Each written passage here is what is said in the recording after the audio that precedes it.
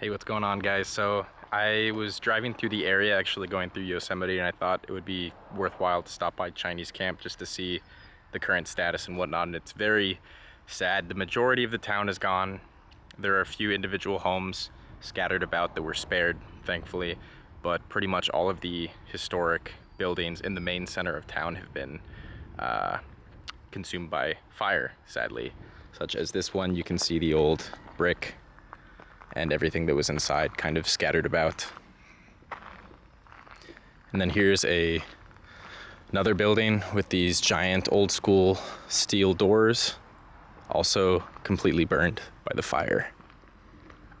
And I'm not really wanting to film the private residences because I feel like that's not really my place to kind of film those, individuals' lives essentially going up in fire. It's incredibly sad, so I just kind of want to stick to the historic places here. And if you're watching this video, you probably already know about Chinese camp because there are a lot of other videos out there of YouTubers stopping by and filming what the town looks like after the fire.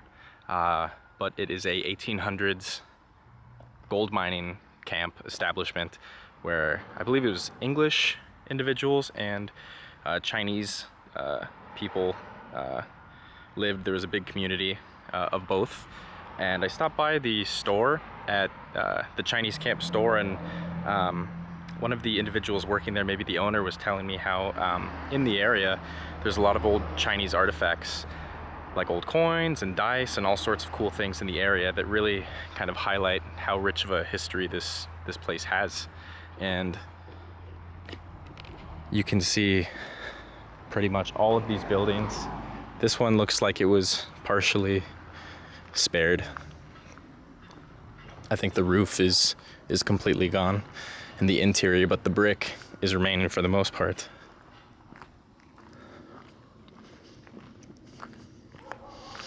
All of these historically significant buildings are in pretty rough shape. Here's the giant two-story building that was a very iconic part of Chinese camp here. It's still standing, but in very rough shape. A significant amount of restoration would be needed. A significant amount of restoration would have to be done to get this thing into a kind of usable state, stabilized state. But the reason why this town specifically burning down is so sad to me is that it was just a perfect example of a gold mining town, 1800s gold mining town that had a ton of historic buildings and cultural artifacts left that was essentially untouched. There was a historic society of Chinese camp that I think managed some aspects of it, but at the same time they let things kind of be in the original state instead of doing significant restoration and kind of making the older buildings look like a little bit like new and not modern or whatever, but just making sure all of the finishes were perfect and whatnot. This place was very rough around the edges. A lot of these old buildings were pretty much how they were from when they were originally built, but just kind of updated with electricity and stuff over the years as they continued to be used. But a lot of these buildings were very untouched for the most part, and that was a reason why I really wanted to come check it out. And now, because of the fire, I will never be able to see for myself with my own eyes what this place looked like. And it's very sad. And from my understanding, pretty much all of these historic buildings are actually privately owned. So it's very much uncertain what the future of these structures is going to be or what's left of them.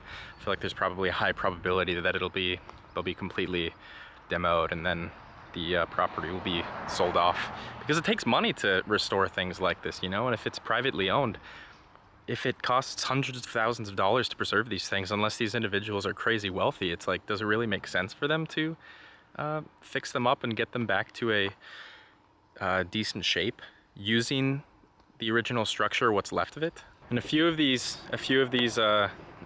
historic buildings actually have fences around them, I'm assuming to stop looters and other individuals from kind of sifting through the ash and the burnt matter to you know, try to steal things, or also prevent further tampering with the what's left of the structure. Right here was a super old structure that was made essentially 100% of wood, which is why there's nothing standing anymore.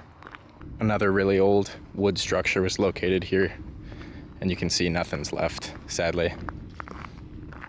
And you can see here the government already stepping in to clear it out and make sure that there's no toxic substances before they proceed with putting a new structure here, supporting with that.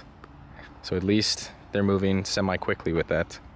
This entire street was lined with buildings that were from the 1800s, and now there is nothing left. And there's actually a church across the street that was spared by the fire that I wanted to go and check out in person. However, the road that's leading up, there's not as many houses, and it looks very secluded, and somebody actually did put up a sign that says private property, because I'm sure, as you can imagine, so many people have been driving through here and invading people's privacy, for lack of a better term, including myself. So I think the least I could do is just honor that sign and not go up there, despite the fact that I do want to check it out. But I'm glad to see that church back there survived the fire, thankfully.